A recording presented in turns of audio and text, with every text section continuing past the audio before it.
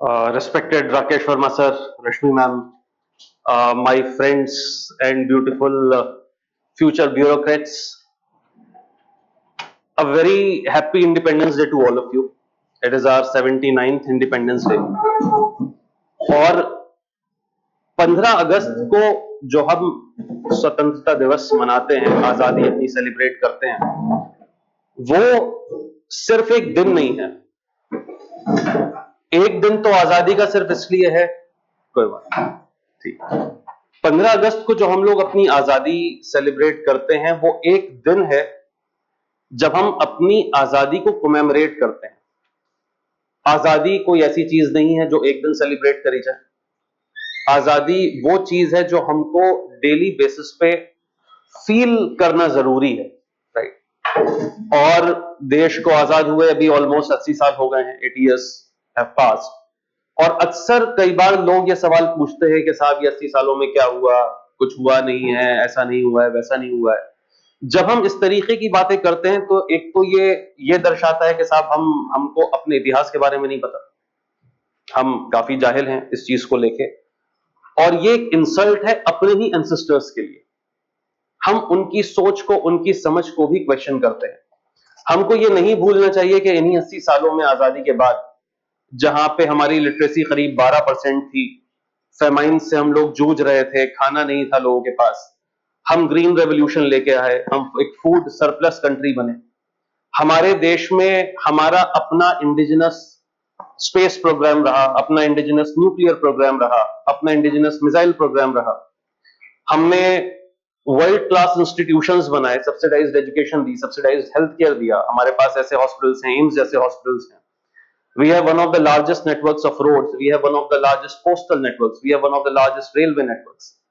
ये जितने भी अचीवमेंट्स हैं, ये पिछले 80 सालों में हुए हैं, कल की बात नहीं है। तो पहली चीज तो ये कि हमको इस बात पे थोड़ा सा फख्र होना चाहिए।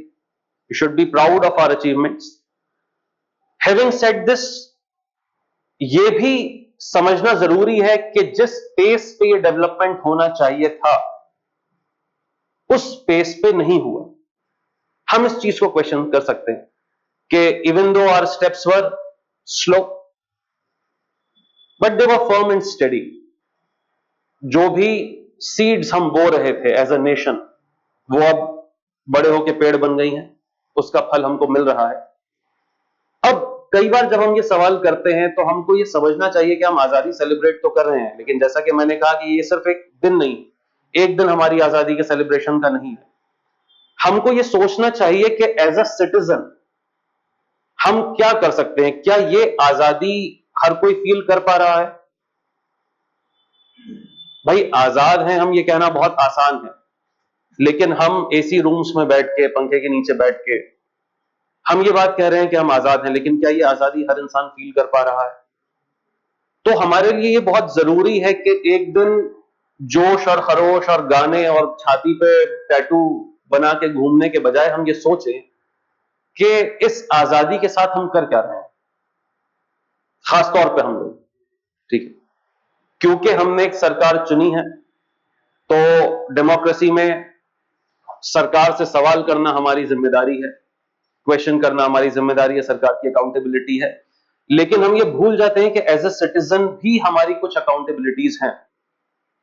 और अगर एज अ सिटीजन देशभक्ति, जैसा कि मैंने कहा कि एक दिन गाने बजा के टैटू बना के घूमने से नहीं, ठीक है, हमने एक दिन के लिए फ्लैग अपनी छाती पर लगाया हुआ है, ये एक दिन की देशभक्ति नहीं है। ये देशभक्ति डेली होनी चाहिए। और देशभक्ति का मतलब ये नहीं है कि हम किसी और से देशभक्ति का सर्टिफिकेट मांगे। देशभक्ति का मतलब यह है कि मैं as a citizen of India, मैं क्या कंट्रीब्यूट कर रहा हूं अपने देश के डेवलपमेंट के लिए। क्या मेरी वजह से सड़कें साफ हैं? क्या मैं अपनी जुबान और दीवार दोनों केसरी करता हुआ चल रहा हूं? क्या मैं चाय पीने के बाद बिना डस्टबिन ढूंढे सड़क पर कप फेंक रहा हूं?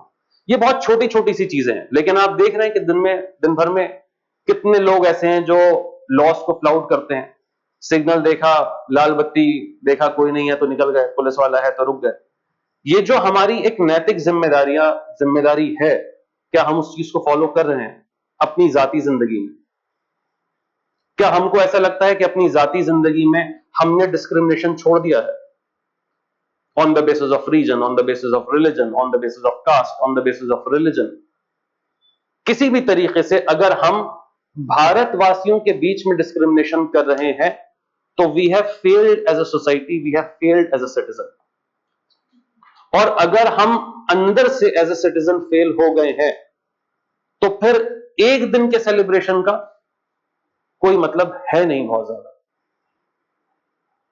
तो ये जो आजादी हमने अर्न करी है जूझ के, लड़के, हमको ये समझना चाहिए कि आगे जाके जब हम ब्यूरोक्रेसी में जा रहे हैं, जब हमको इस देश के लिए काम करना है, इसका निर्माण करना है, आप ही फ्यूचर है, तो हम वहां सर्विसेज में कौन सी वैल्यूज को लेके जा रहे हैं।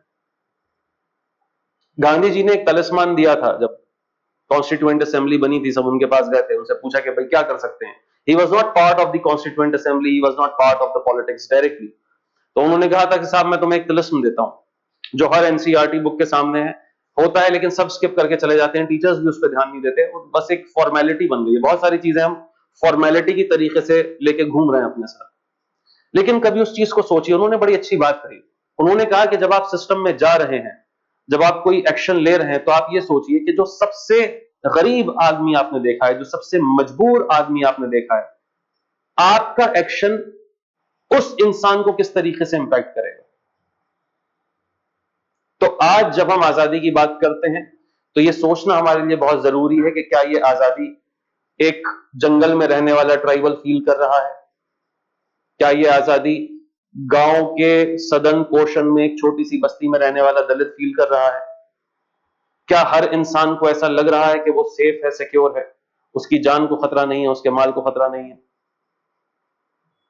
हमको अपनी आजादी सेलिब्रेट करते हुए इन वैल्यूज को अपने अंदर इनकलकेट करना है और एक ऐसा सिटीजन बनना है। हमको प्रण लेना चाहिए कि हम एक ऐसे सिटीजन बने कि ना सिर्फ हम ये कहें कि हमको we are proud of our nation, nation ये कहे कि the nation is proud that you are born in India, nation is proud कि आपके जैसा सिटीजन इंडिया में जन्मा है, पैदा हुआ है। तो इस नोट के साथ आई होप कि हम इन वैल्यूज को अपने अंदर इनकलकेट करेंगे, बहुत बेहतरीन सिविल सर्वेंट बनेंगे। Thank you, happy independence day.